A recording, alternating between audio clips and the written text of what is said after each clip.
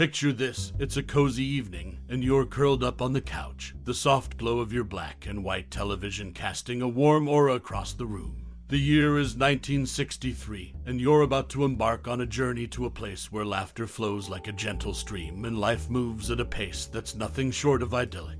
You've just tuned in to watch the beloved TV series, Petticoat Junction. The theme song starts to play, and a rush of nostalgia washes over you as you're transported to the Hooterville Hotel, a place where the Bradley sisters run a tight ship, Uncle Joe schemes with his trademark charm, and the shady rest is the heart of it all. As the episodes unfold, you can't help but chuckle at the endearing characters and their charming antics. Whether it's Kate Bradley's unwavering wisdom, the misadventures of her three daughters, Billie Jo, Bobbie Jo, and Betty Jo, or the humorous escapades of the quirky townsfolk, Petticoat Junction has woven its way into the fabric of your fondest memories. But did you know that behind the scenes, there were fascinating stories and intriguing tidbits that added depth to this beloved show? Join me as we journey behind the curtains to uncover some random facts about Petticoat Junction that will leave you amazed and wanting more. So, grab your conductor's hat and hop aboard the Hooterville Cannonball as we delve into the delightful world of Petticoat Junction, where the charm of small-town life knows no bounds. In 1963, the TV series Petticoat Junction brought a dose of rural charm to American homes. While there were interesting aspects to explore, the most noteworthy was the real-life marriage of Linda Henning, who played Betty Jo, and Mike Miner, who portrayed Steve. Their on-screen romance in the show coincided with their off-screen wedding, adding a touch of authenticity to their on-screen chemistry. The show faced a significant challenge when Benaderet, who played Kate Bradley, became ill with cancer. To explain her absence, the storyline had Kate go away to visit her sister, and Rosemary DeCamp stepped in temporarily as Aunt Helen. Benaderet's illness led to her missing several episodes in Season 5, and only appearing in a few of Season 6 episodes. Sadly, she passed away in October 1968. June Lockhart was then introduced as a surrogate mother figure and a lady doctor who set up practice at the Shady Rest Hotel. Despite Lockhart's talent, the absence of Benaderet's anchoring presence was felt by the audience, and the show only lasted 2 more seasons. Throughout the series' run, only 3 cast members remained constant: Edgar Buchanan, Frank Cady, and Linda Henning. Their unwavering presence contributed to the show's enduring appeal. The intertwining of real-life romance with on-screen chemistry, the challenges posed by illness, and the enduring commitment of some cast members made Petticoat Junction a notable series in the annals of television history. In 1963, the TV series Petticoat Junction made its debut, bringing a slice of rural life to American households. While there isn't much information available about the show, there are a few interesting tidbits worth mentioning.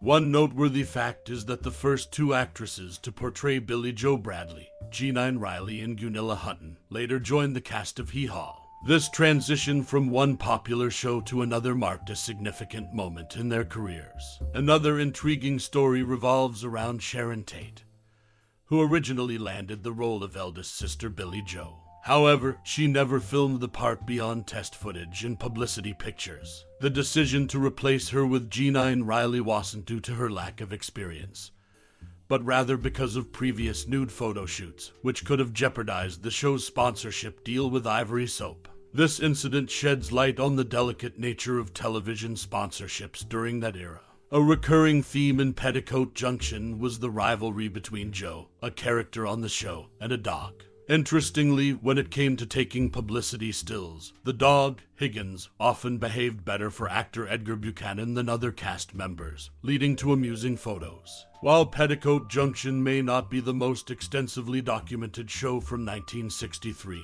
these insights offer a glimpse into its cast dynamics and the challenges faced by actors in the television industry.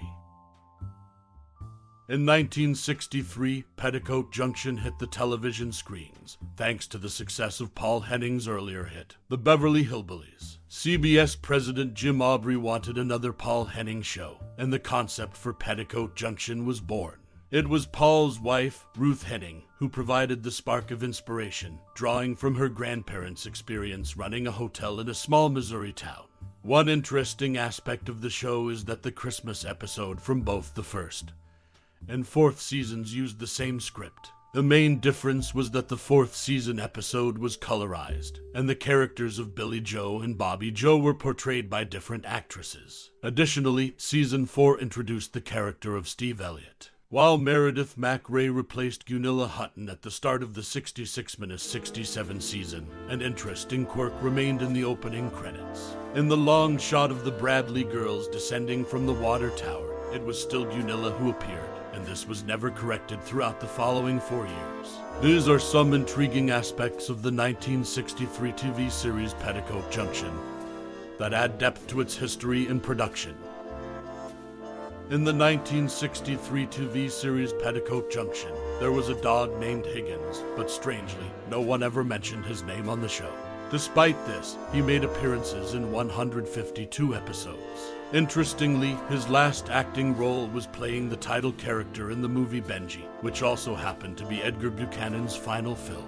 The show itself was based on stories told to Paul Henning by his wife, who had spent summers in Eldon, Missouri, near a small hotel close to the train station. Furthermore, the town of Pixley, located at one end of the Cannonball's route in the series, was named after Pixley, California. Some location shots in the show were even filmed in the real Pixley. These intriguing details shed light on some of the lesser-known aspects of Petticoat Junction, offering a glimpse into the behind-the-scenes happenings and the show's connections to real-life places. It's fascinating to discover how such seemingly simple elements can add depth to a beloved TV series. In 1963, the TV series Petticoat Junction hit the screens, captivating viewers with its rural charm and catchy theme song. Currently, seasons 1 and 2 of the show are being aired on Retro TV in the United States. However, there's a downside to this broadcast. The opening, background, and closing music have been removed to make space for more commercials, leaving some fans disappointed. In some cases, dialogues from the show are also missing. The iconic theme song, with lyrics written by Flat and Scruggs, sets the tone for the show.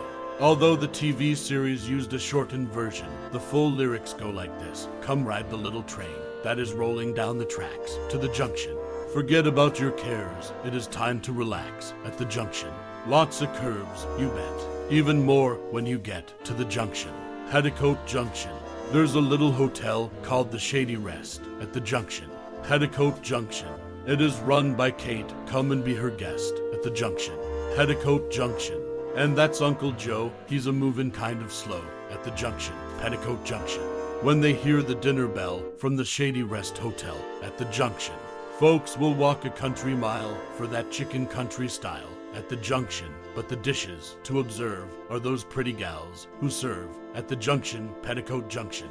As for the show's casting, Paul Henning, the creator, faced a massive task of selecting the 3 Bradley girls. He interviewed a staggering 1,500 women for these roles. Interestingly, one of his choices came on the recommendation of B. Benaderet, who played Kate Bradley on the show. That choice was none other than Linda Henning, Paul Henning's own daughter. A minor detail that might escape notice is the change in the number displayed on the front plate of the Cannonball in Petticoat Junction.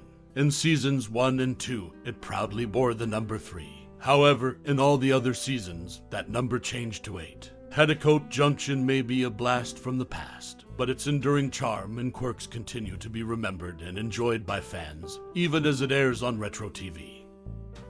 As we bid farewell to the timeless gem that is Petticoat Junction, I invite you to take a moment and reflect on the memories it has woven into the fabric of your own life. This beloved 1963 TV series, with its endearing characters and picturesque Hooterville setting, has touched the hearts of many over the years. Whether it was the charming antics of the Bradley sisters, the quaint Shady Rest Hotel, or the endearing personalities of Uncle Joe, Sam Drucker, and Mr. Haney, Petticoat Junction carved a special place in our cultural history. Perhaps you found yourself laughing along with the hilarious escapades of the Hooterville residents. Or maybe you were drawn to the show's simple yet profound lessons about family, community, and the importance of embracing life's quirks with open arms. Whatever your personal connection to Petticoat Junction may be, we invite you to share your thoughts, memories, and favorite moments with us. After all, it's the shared stories and experiences that keep the spirit of this classic series alive.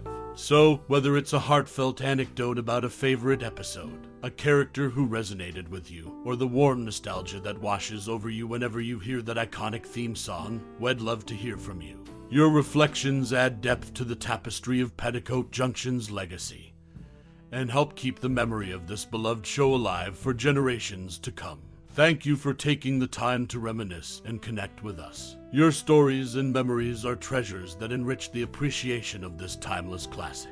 Keep sharing, keep watching, and keep the spirit of Petticoat Junction alive. Warm regards,